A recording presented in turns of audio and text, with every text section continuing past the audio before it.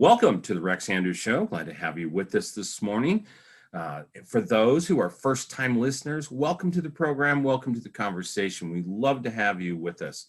And we ask a couple things from our new listeners. Number one, don't forget to subscribe on any platform you're listening to. We're distributed all over the world, so please subscribe so you get the latest updates. Number two, we ask you to stop by the show website, rexandrewsshow.com. And the reason we want you to do that is we interview lots of interesting people and we talk about a lot of things, but we don't get to cover everything. We just get the tip of the iceberg. So all of our listeners have the opportunity to go out and look at the profiles of all of our guests. So you can see everything about them, links to their social media, links to their businesses, because again, we only scratch the surface. So welcome to the program. For those who are returning, we're glad to have you with us. We have a quick feature that we do every episode. We recognize our listeners around the globe. And I would like to recognize, I was looking through the stats this morning, our listeners in Ormond Beach, Florida. So Ormond Beach, Florida. So welcome to the show. Glad to have you. You know, we've been blessed. The show started in January of 2021. We are currently listened to in 32 countries across 6 continents and over 520 cities. So it's great to have our people listening in with us because there's so many choices of podcasts these days. Whether you listen to the numbers, it depends, but it's roughly around 3 million different podcasts out there. So there's a lot of choices. So thank you for tuning in and welcome into the program today. All right, we've got a great guest today. You know, the show's all about telling stories and biographies, sort of the mini biographies of folks who are doing amazing things. And I've never had a guest that does this type of business before. So I'm excited to have him on here and talk about that, but also hear his story. So anyway, first and foremost, he's a father, and that's an important role. And, you know, as a father myself, anybody that follows the show, you know, I have 5 kids. I think it's the most important role right there in tandem with being a husband. That's a great titles that a man can have. So those are great things to have an accomplishment. So he's a husband and a father and a grandfather. And I get that too, because I'm a grandfather. I've got a 15-month-old grandson, and he is the apple of my eye. So it's wonderful to be a grandpa. So he's that too. He's a serial entrepreneur and owns multiple businesses. And the types of businesses that he creates are just kind of interesting because it's a lot of work. Now, I'm not saying other people don't work in business, but you know, you have to be a people person to do his business, and he's really good at that. And most important also too, you know, those other monikers we threw out there, he's a man of God, and he is someone who has faith, and we could talk a little bit about that today. So I'd like to welcome to the show, Thomas Dubois. Thomas, how are you this morning? Man, I am having a great morning this morning. Fantastic. Glad to have you. Now, you're up in the mountains in Colorado today, aren't you? Yep, Glenwood Springs. It's gorgeous outside, a little hazy from a little bit of fires going on, and but it's beautiful today. You know, it's a little crazy in Glenwood Springs. They keep closing the canyon up there on I-70 with all the mudslides and the traffic. I mean, gosh, it's almost been a crapshoot trying to get west on I-70 this summer because of all the closures. Yeah, my brother's actually up here now. I'm doing a roofing job up here, and you know, worried about materials, all of that stuff. Well, because of the fires last year, you know, there's nothing stopping the mud, and so each and every rain, they're closing the canyon almost.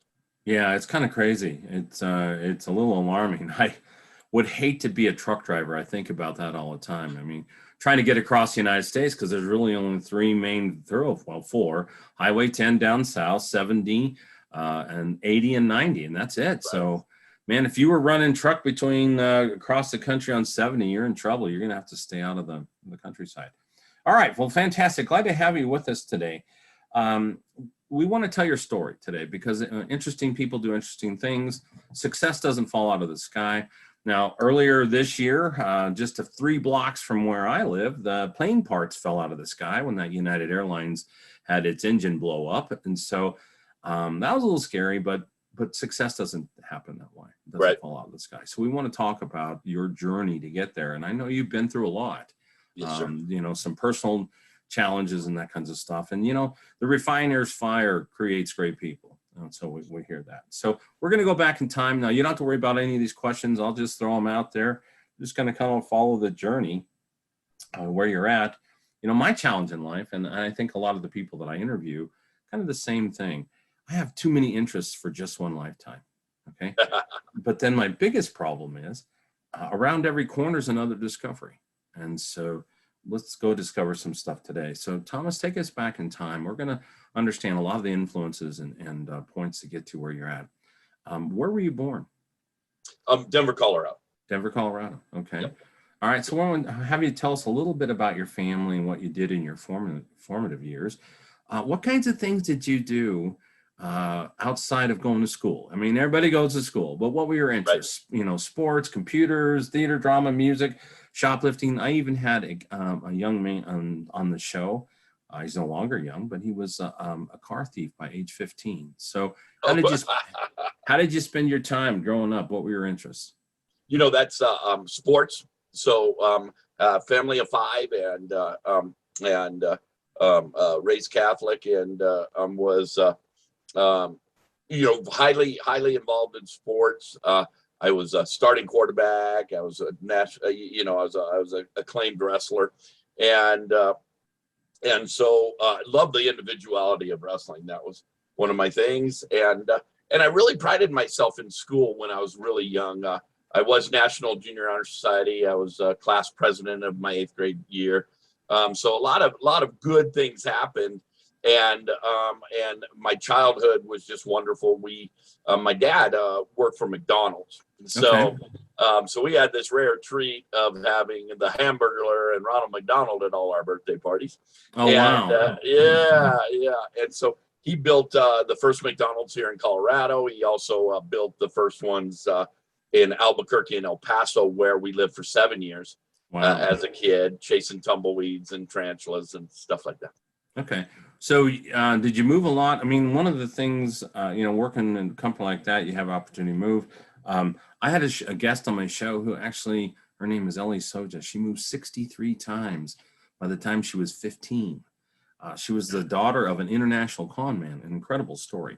Anyway, so you were down in Albuquerque some. Let's talk about your moving around, because that impacts people.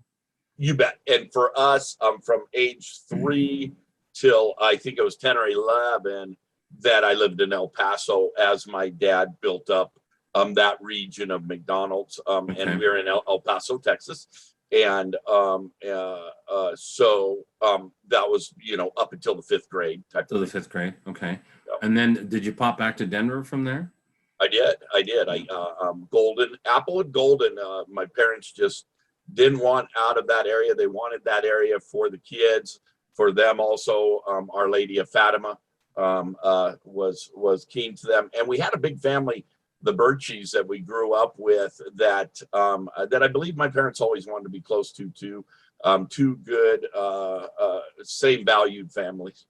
Yeah, I'm from Golden, so we're just a rock throw away, and so the Applewood Golden area is a wonderful place. It's a little bit of a Mayberry in some aspects, but it's a wonderful suburb of Colorado, and so great place to grow up there. Now, I just have this curiosity question: where was the first McDonald's in Colorado? Being a Colorado, that was 5 Points. 5 Points. Yeah. Wow. Yeah. I'm 900% sure. Or 90% sure, let's say it the right way. But 5 Points, I believe, with the old arches that go over the building. Yeah. So now, is that location still open? I believe it is. It is. It's probably been fully renovated, but I do believe it is. I think they renovate their stores about every 8-10 years or something, because you always see them under construction. Yeah, well, that's fantastic. I remember my dad going to Hamburger U and the whole bit, and he was partnered up with the Kinsley family, who owned quite a few McDonald's. Yeah, there are several families here in Colorado that own lots of McDonald's. Right. That's fantastic. Well, that's amazing. My son-in-law will love that. He is a huge McDonald's aficionado, so he does that. Okay, so let's talk a little bit more about your family. When I've interviewed hundreds of people over my radio and then also during podcast, and I've found that there are kind of 3 buckets, okay, from a parental experience. Number one is the super supportive parents. So they were just all in, pushing you, pushing along the way, launching you to in life. And so fully engaged, go to all your games, stuff like that. That's the first bucket. Then the second bucket is it's what I call almost non-participatory parents. They love their kids. They try to support them the best they could, but they were so busy eking out a living that they just weren't as there. And then the last bucket's the struggle bucket. And that struggle bucket, and there can be combinations of any of these. That struggle bucket can include things like addiction, abuse, extreme poverty, extreme moving around, instability, dysfunction, mental health. So that bucket often motivates people to say, hey, I don't want to be anything like that. So looking back at your family environment and how you grew up, now you said your dad worked with McDonald's. Was your mom a stay-home mom? She was for a while. So what you just mentioned, my story would be a combo of all three, and pretty uniquely. Okay. Yep. So talk about some of those things. Are those things that you're willing to share as far as some of how that all influenced you? Because, in my 50s here now, I still have, and we all do, we all have residual impact from our growing up and our parents. So let's talk a little bit about that, if you could. Right. So a combination of all of the above. During the heydays, I was the younger sibling. I was a fourth of six, or fifth of six, fourth of six, and so I had a younger brother that passes away. So I sometimes don't know how to do that analogy there. But when we were in El Paso and in the heyday of my dad doing in that McDonald's field and being a big wig there, we were living righteously. And we are doing well. Then the struggle came with his bosses, I believe. I don't know the story. I was a little too young. When we moved back, it was due to change and struggle. And my dad tried to go out on his own and had some backing drop off and went a ride there. So during the younger years, mom was at every bake sale, every game, every whatever, and still was going through high school and whatnot for my brothers and myself. There came a point for me, which is a big part of my story, because like I'd say all the way through eighth grade on winning the eighth grade class president, all I knew was support, right? Ninth grade, I tell it this way: a parent of our ninth grade class decided to be our friend instead of a parent, and got the entire class drunk. And and I literally, Rex, became an alcoholic from that point. So so from a little over 14 on, I drank on a daily basis, and kind of messed up my high school. Truth be told, I graduated GED behind bars. Oh my goodness. Wow. 14. I think you're the youngest person I've ever interviewed that had started with alcohol and started struggling with that at that age. That's incredible. Right. It was looking back on the story and telling the story now, it's one of the biggest parts of my story. Sure. I'm on the board of director for 4 sober living homes. Just got a pendant. I'm celebrating my 20 years of sobriety. And, I met this guy that turned my life around. What was his name? Jesus Christ. And he picked me up after about 23 years of addiction, sat me on solid ground, turned my life around, and I think there's a song like that. And we started to live a new life. Fantastic. Let's talk about this for a little bit then. Setting aside your parents and the man you met, okay? Yes. In your youth, was there someone outside of your family, your immediate family, so mother, father, siblings, was there someone who made a big influence on you as a youngster? I looked up to my siblings so much in all ways, good and bad. We grew up in a different lifestyle as far as rites of passage, and had a little bit of leeway in our junior high and whatnot years. Coaches were always a big influence. Teachers that believed in me, that sent me to leadership camps and things like that. Looking back on that, because I had the 23 years of addiction in between. But looking back on that now as a leader, absolutely knew, that question stirred up how much people believed in me to tell my parents, hey, you need to get him in an honors class. Hey, you need to send him to Estes Park to the leadership camp. You need to do this and you need to do that. So that's pretty influential. And then of course, to me, the smartest and the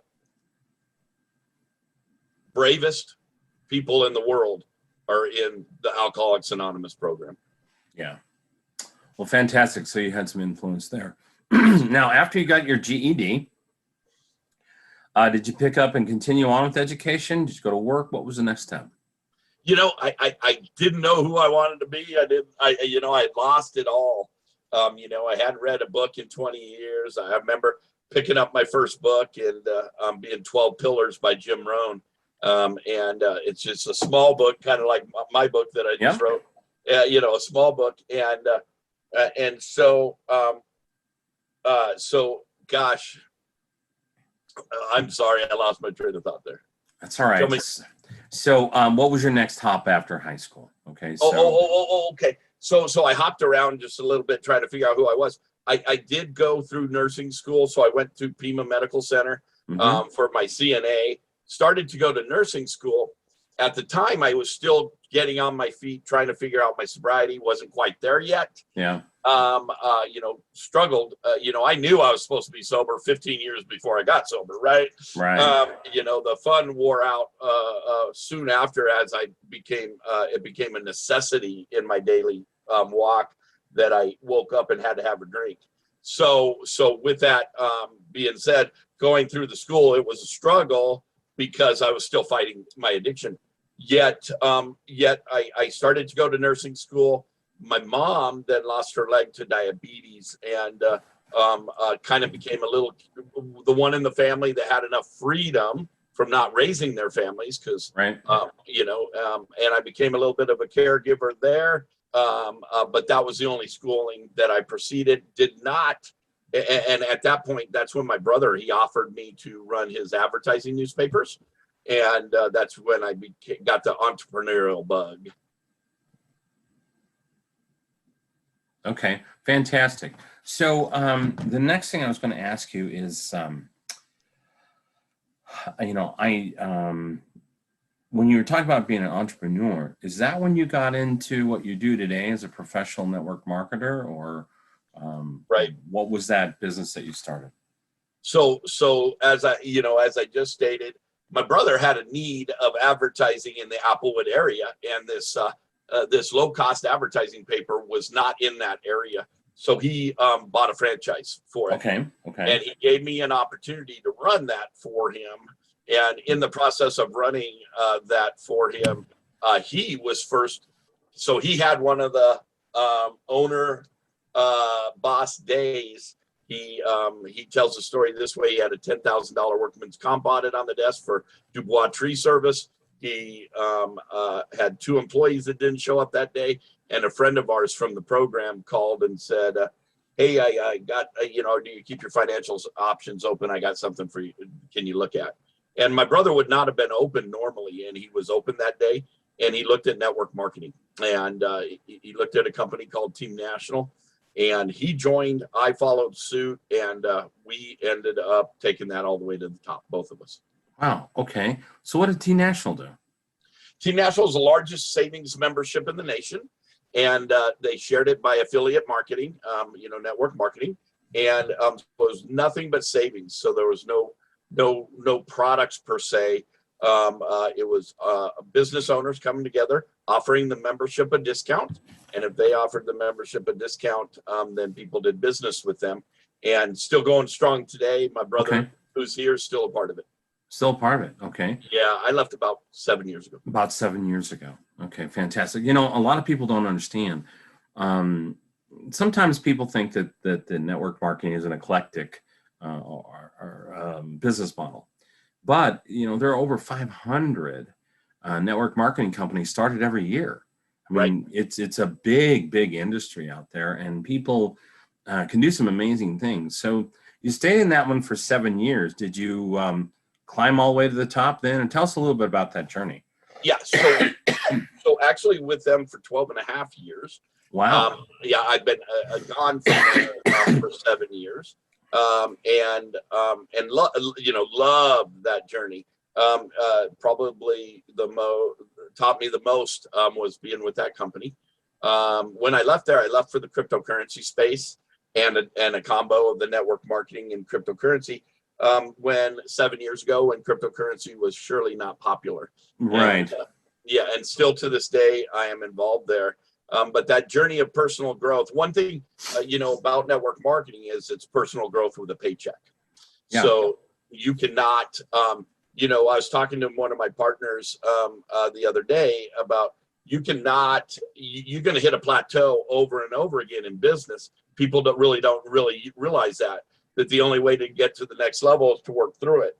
Well, you kind of have a structure to be able to do so in network marketing because they're reward worthy. Mm-hmm. So the pats on the back are a normal thing, where corporate America and whatnot, getting a pat on the back is rare and far and in between.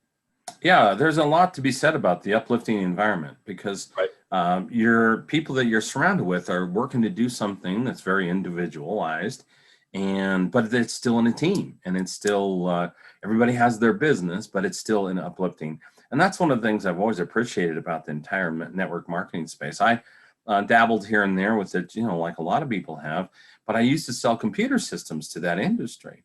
And so, you go places and you go meet with them and their corporate offices and stuff, and they were always so upbeat. And you didn't have the backstabbing environments and things like that as much. People are people. There's always stuff like that around. But, I can remember early on in my computer career, I used to live outside of New York City. And I would go to these meetings at Citibank. And you're right down there in New York, right on Long Island City, right across from downtown. And going to these meetings, and you would think it was a fisticuff fight. I mean, people dropping F-bombs in every single sentence, yelling at each other, getting in people's faces, cutting people off. And I can remember leaving one of my first meetings at Citibank because we were putting in this huge project there. And I asked my sponsor, I said, why was that so bad? He goes, what are you talking about? He goes, well, that's just a normal day. I'm like, wow. And so, I roll out later on and do work out with some companies in Utah and Idaho and places. And it was just a completely different environment. Because like you said, it's a personal growth environment. It really is. Well, the rise of the tide, all ships rise, and so network marketing is definitely that. One of the best and most popular gauges should be in network marketing is people that surpass you. Mm-hmm. That you mentor or the success. My success depends on others' success, so that's cool. That's cool. So, how many people? I just have to ask this question because I know enough about it. In your 12 years there, how many people did you have end up, in your success lines and those types of things? We are United States based only with Team National. So I believe my organization was about 7,000, wow. Which for a product driven company and whatnot, that's a very small number. But we were a savings membership that was a couple $1,000s and it was a great pay plan and whatnot. But the number ratio is just a little bit different than pills and weight loss shakes and stuff like that. Yeah. So that was great.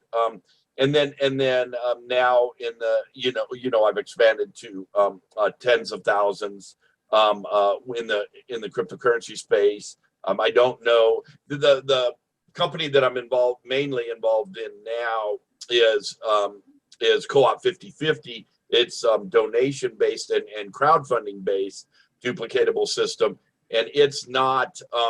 So we just help people raise funds for whatever cause or business or anything through crowdfunding simply, and it's a crowdfunding that works. Well, there you're because of the way it works, it's all interconnected, it's all collaborated, it's all one. So it's different. So I don't really know, how many would be in my lineage. I know that there's hundreds of thousands worldwide that we all affect each other. That's fantastic. So what made you decide to leave the first one? Team National? Yeah, Team National. Well, a friend of mine who I highly, actually a client of mine in the newspapers and in Team National, he told me he had a way for me to raise money for Step 7, which is in Parker, Colorado. It's 4 sober living homes that I am on the board of directors for. And when he asked me to show me something that could raise money for them, in the process of learning about cryptocurrency for the first time, without even knowing what I had my hands on, I made like 48,000 in my first three weeks. And I was like, okay, Lord, what's going on here? And I didn't want to leave this big, huge title with Team National, double platinum, didn't want to leave this big title. And yet I knew that there was something going on. I could feel it spiritually. About 3:30 in the morning, the way God talks to me, said that this season was over and that you'll be placed in front of hundreds of thousands of people.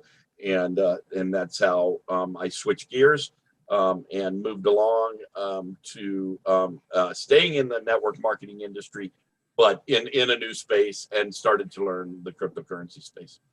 See, I didn't even know that there was cryptocurrency and a network marketing business model. Yeah. It's scary. Yeah. Well, no, I wouldn't say it's scary. I don't think people understand. I think most people think, because Amway is and was the biggest one, and it's, way back in the day, and they were sort of the benchmark. Okay, so many people have an idea that network marketing companies are product oriented. So pills and potions and all those kinds of stuff, and you see all kinds of products, but it's product driven. But people Right. don't understand there's all kinds of different businesses that run a network marketing business model. I've seen insurance that way. I've seen professional services. I've seen products. I've seen just about so many different things. So yeah, it's different. People don't understand that. Well, think of it this way. Goods and services. Okay. But the number one way to get out goods and services in the world is network marketing. The fastest way is fastest way. Yeah. So if you want to get usability and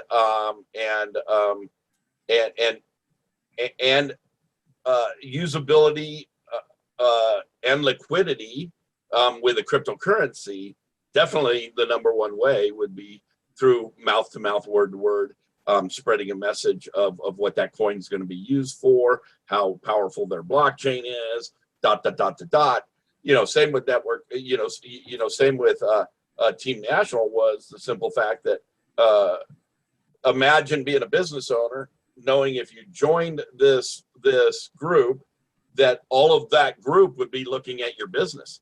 That's instantaneous business model added to your already business model. Wow. So let's circle back a little further, because I know you were fairly young. You mentioned the fact that you started getting involved with alcohol at age 14. And you knew that you had to get away from it for 15 type years. What was the linchpin that helped you overcome? We don't need to go into all the headaches and the sorrows of your addiction, unless you want to, but what was the linchpin, the pivot point that helped you finally get away from that and be able to wear that the medallion today that you've been celebrating 20 years? Right. I kind of call it the Mary Magdalene story a little bit. I believe that I've been forgiven for so much, that I owe so much. And so that's why I like to give back today with Step 7 and AA. During the pandemic, the whole time I ran a AA meeting every single morning at 7 a.m. Online. And so I still have Recovery Online group on Facebook. Back then, if I could look at it, in 86, I think it was court ordered that I had all these little minor stuff that the Wheat Ridge police knew me by first name, and all that. Yeah, all that kind of stuff. And only somebody that's worked on their addictions and worked on their life and continued to try to progress could laugh at their past like that. A lot of people look at that and go, "It's not funny." Well, you know what? Whatever it is. Yeah, right. And they call me Tommy Boy for a reason. So I do equate it to the Tommy Boy story a little bit with Chris Farley, but he didn't make it out. He died, and I loved Chris Farley. So when we kid around and call me Tommy Boy, I overcame. I made it out because I live the same boisterous life still today that he lived at the same time. So I look up to him a lot. But it saddens me that the message didn't get to him of what a great person he was to others and what he could be, and was probably used by others all the way to his death in addiction. So for me, I watched my brother get sober 7 years before me. Mm-hmm. Okay? And that was huge. The brother that's here, matter of fact. And he did whatever it took. And I didn't understand whatever it took meant. We used to proclaim with addiction that we had all these freedoms, that we'll be best buds till we're 90, smoking pot till we're 90. Right, and, high fiving and the 60s freedom or whatever, all of that, those type of adages. The truth is they're living in nothing but the lack of freedom. Exactly. And the lack of bondage. Having to search for where my next drink was, having to wonder if I had a cigarette, having all of everything. I was addicted to it all. And cocaine was actually my drug of choice for 15 years. So I was taken down deep and into a hole that most people don't make it out. And the truth is, most of my class did not make it out. Just buried another friend. Over the last 4 years, probably to addiction, have buried no less than 4 or 5 friends, where I'm celebrating 20 years sobriety. So I say that to say the overcoming started in probably when the first seed was planted. I believe that, some people think that Alcoholics Anonymous doesn't work and whatnot. Well, go tell that to all of my friends that I hang around with today, because it works for us all. And it is one big repentance program, AA is, and I just love it. But that was the overcoming story, was in 86.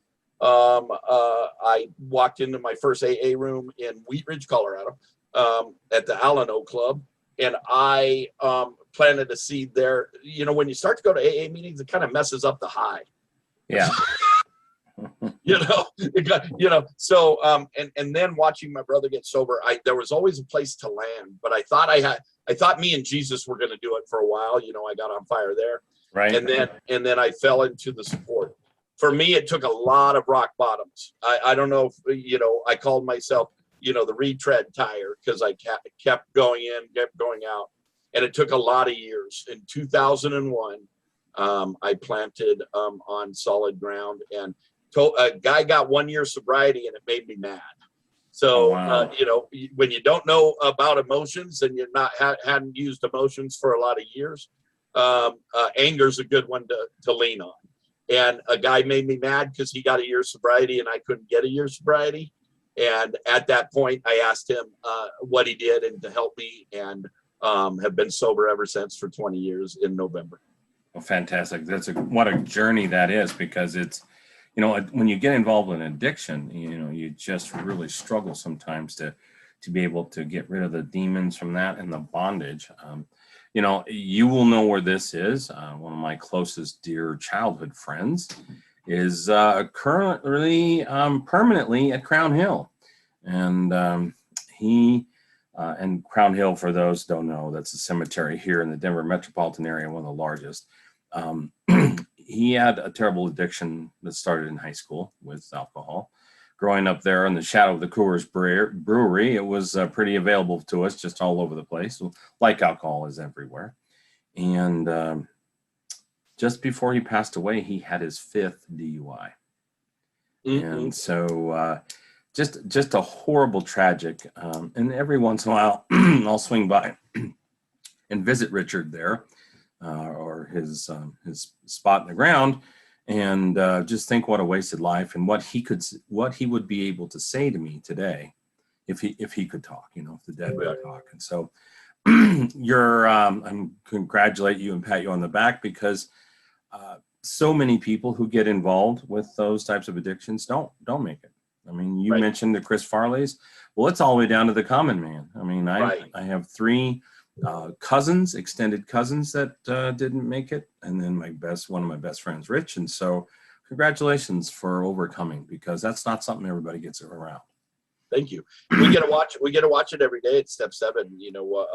One of my dear friends he was just at church on Saturday with his grandson, who is now graduating through Step 7. And so I got to feel some of that, because I introduced them to that program. But it's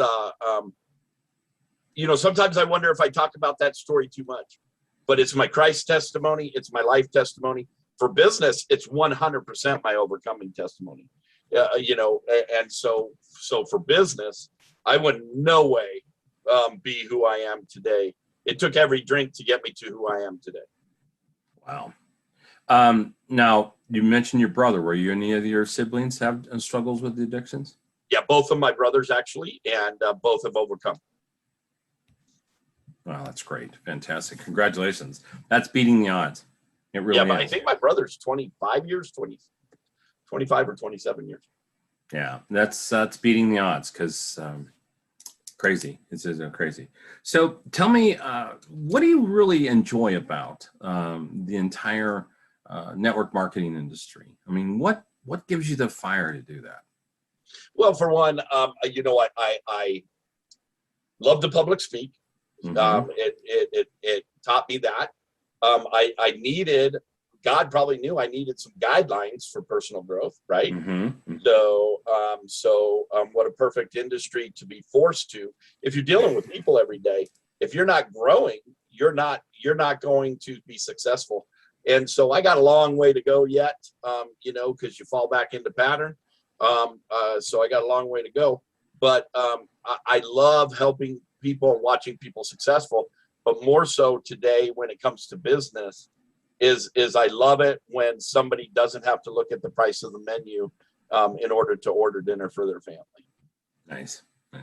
So, do you? Are there any things that you kind of like? Yeah, this is one of the things I have to deal with in that industry. Sure, people. Same thing. Yeah. So often in life, our hardest things are the things that make us more successful. So dealing with people and poverty mentality, people that aren't willing to do the personal growth, that are stagnant and stuck, and that have expectations of the rest. My whole book is about expectations of the industry, cutting out the wrong expectations, putting in the right expectations, and then how I did it on a daily basis. And so expectations is a killer of this industry. Leaders sometimes quote wrong expectations, and people get too excited. And then when that doesn't come to play right away, they don't have an entrepreneurial spirit of win, lose to get to the final win. Mm-hmm. And so they quit. And I hate, it breaks my heart to see that. The other thing about wrong expectations would be the brother-in-law that knows everything about network marketing, but yet has never done network marketing. Right. And, I think I've been in sales and business development my entire career. Painted lots of homes in Applewood Golden. But everything we do is sales. Right. And if people struggle with all kinds of inabilities to handle rejection, that's hard. That's hard for a lot of people. If I work for the IRS and I go to work each day and I'm doing audits, or if I'm delivering the mail, or if I'm driving a truck, there's not a whole lot of rejection that I have to deal with in my right. day-to-day business. And so that's the difficult thing for a lot of people to deal with, is just the fact that, you're sorting through the wheat and the chaff, and you're trying to find the ones the business model makes sense for. And that's a lot of rejection on most cases. And I would bet most people struggle with that. Right. I think it's number one is people don't want to be told no. They don't want to be a part of the NFL club, no friends left club. Yeah. And so there's two mindsets there, and everybody needs to grab the mindset in any sales, I believe, but especially in network marketing, that wait a minute, if somebody's going to get upset because I'm trying to bring them a good thing, there's this word that's only 2 letters called no. As long as I can accept a no, I can go a long way. What I learned, you remember that anger thing I talked about? Yeah. When you're not very good with emotions, anger is my motivator, and I'll take a no that's upsetting to me, and somebody's maybe rude. I'll pop it in my mouth. I'll chew it up like a vitamin, and then I'll make more calls that day than any other day because I want to prove that person wrong. Maybe a bad motivator. It works for me. Well, whatever works for you. So what's next on the horizon? Now, wait a second. Let's back up a second. Let's tell me a little bit. What's the title of your book and where can people get it? You bet. On Amazon or on Kindle. It's called Cutting Through the BS. So a lot of what we've been talking about for the love of network marketing. So it's just a little old book. It's my first book. Wrote it during pandemic. Wrote it because I wanted to quit the industry because I was tired of dealing with overcoming all of those excuses and the wrong expectations being set. I was watching leaders lie to the field in order to get theirs and different things that I decided to take a little stand against. So again, I joke about some of the wrong expectations of the industry, like Amway being a scam. Okay, 50 years later, all of these things. So I cut through the wrong expectations. I raise up the right expectations that somebody could have. I even have a 15-minute tool in there of how you can set what it will take for you individually, not the business, you individually to have success in it, that you can do the exercise on yourself. And then I take it from there, and then I do some daily habits of what got me successful. And really, it's bull in a china shop, being willing to sell. When I got up this morning and brushed my teeth, I was selling the world that I didn't have bad breath. And we all sell every day. Most people don't want to accept that. Yeah, it's crazy. A lot of people don't, and I see both. I see both sides of this. I understand because I've been around it enough to see the goods and the bads. But it's a wonderful business model for the people that it works for. It's like anything else. If it works for you, then then it works fine. So I think all great things get exploited. Okay, and I think that one of the biggest things is in this day and age, things that get exploited get written about. And that's a hard thing to overcome. If something, if one bad egg is written about, it can hurt an industry. Yeah, that's for sure. So what's next? What's next on your horizon? You got your book finished. You're actively involved in your current networks that are doing the fundraising and crowdfunding. So what's next on the horizon for you? I'm enjoying what's going on in the cryptocurrency space. Yesterday was a monumental day from a $30,000 loss in Bitcoin to start to rise again, almost over $8,000 yesterday. And so when Bitcoin rises, everything rises. Yeah. So it's a very monumental day yesterday going into that. So I love the cryptocurrency space. My long term, I'm doing some trading with a company called Daisy. And then with Co-op 50/50, I get to help people raise money on their own without a product, without trying to convince of a product, simply fundraising for whatever need, whether it's working capital for their business or it's a nonprofit or it's kids' college. Simply an automated duplicatable system for raising money. I've never enjoyed something more than to see somebody who had no skill set in sales or whatsoever, not necessary here.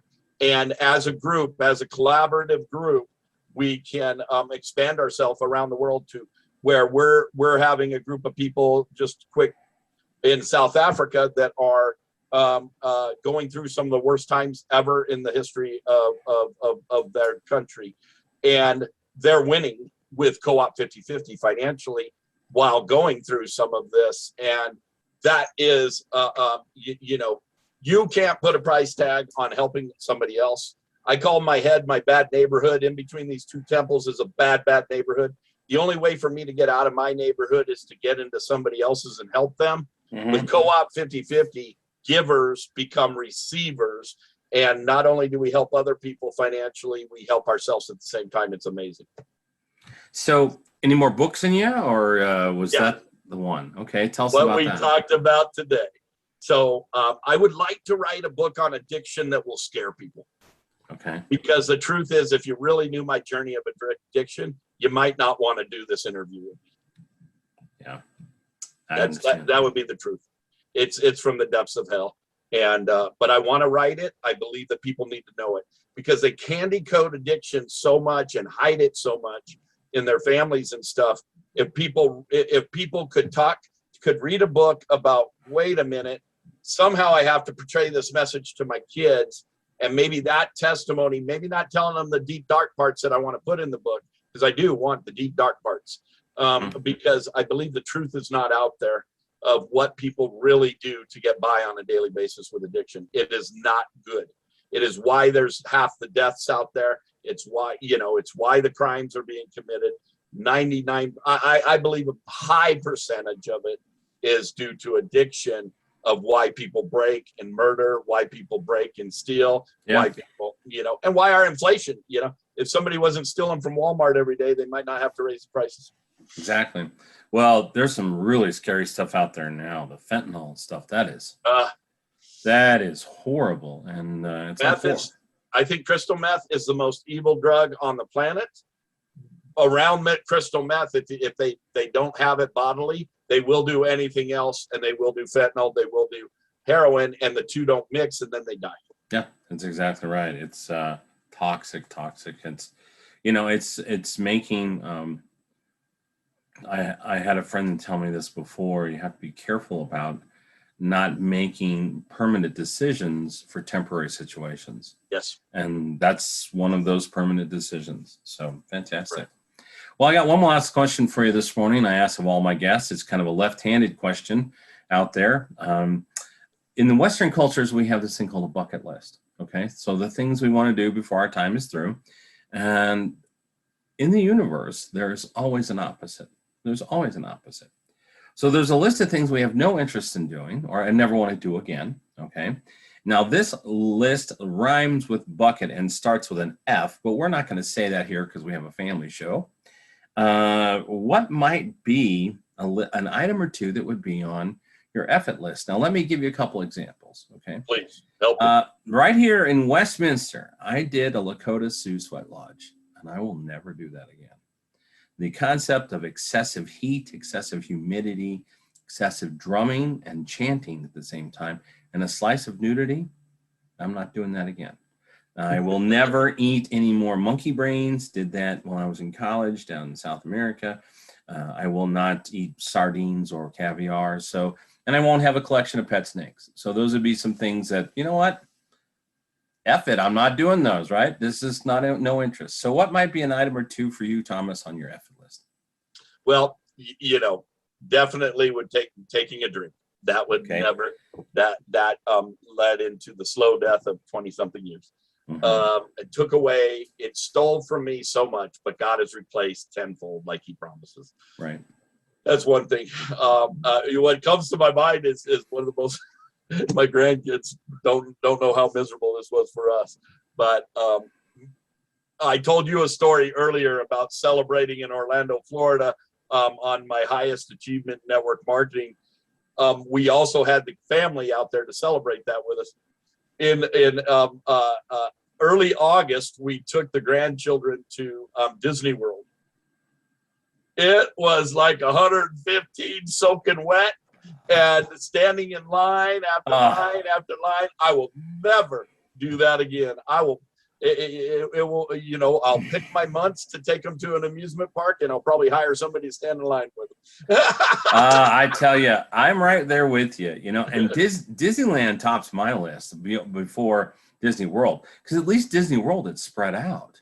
Right. Disneyland, it's a horribly crowded thing. And last time went with family about 4 years ago, I think it was. And I just don't understand the concept of paying so much money to go stand in line for so long. And you only end up riding, if you stay the entire day, maybe 6 or 8 rides, because you spend so much time waiting in line. And I just, right. We went 4 years ago, another great experience, not to put down these parks, because I want to do those things on the bucket list with the grandkids. I want to give I teach my grandkids goal setting, and they have this one huge goal, and it's to have a rich grandpa. That's great. But we went 4 years ago, Disneyland, Christmas time. All 4 of the adults got the flu. It was something else. And one hotel room overlooking the park, yet no windows, because it was overlooking the park because of new rules since 9/11, right? And so no windows. So it was like a big petri dish. It was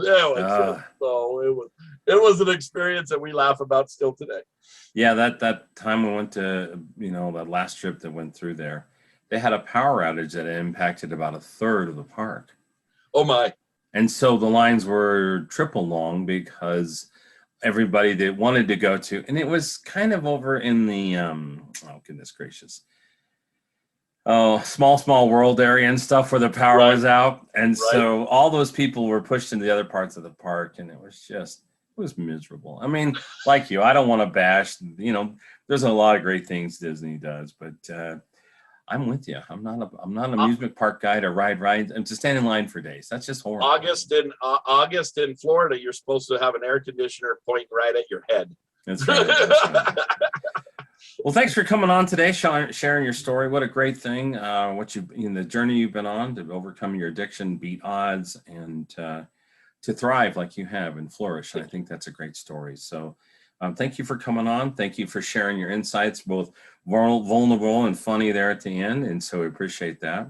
So folks, we'll call this an episode for today's program. Thank you for tuning in. Please do stop by the website. All of Thomas's information is out there on the website. And then please don't forget to follow us on the social media platforms. We are out there, fortunately or unfortunately, kind of get to play that game. So thanks again for tuning in. And until next time, we'll say the 3 things that I say at the end of every episode. Be safe, but be bold, and make it a great day.